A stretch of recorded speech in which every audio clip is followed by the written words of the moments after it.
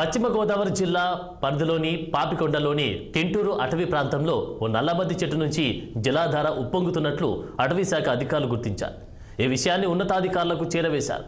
దీంతో ఉన్నతాధికారుల సమక్షంలో నల్లమద్ది చెట్టుకు గొడ్డలితో రంధ్రం చేయగా నీళ్లు ఉబికి వచ్చాయి. ఈ దృశ్యాన్ని అధికారులు తమ కెమెరాలో బంధించారు. ఇక ఈ నల్లమద్ది వృక్షం నుంచి సుమారు 20 లీటర్ల వరకు నీళ్లు వస్తాయని అధికారులు వెల్లడించారు. ప్రస్తుతం ఈ వీడియో నెట్టింట వైరల్గా మారింది.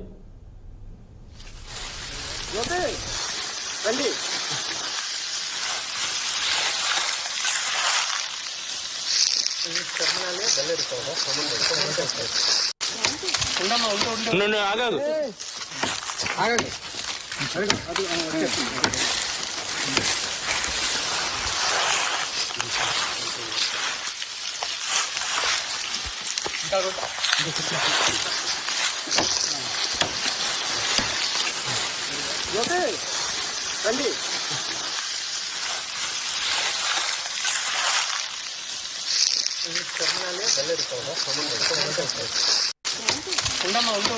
ఆగదు ఆగండి.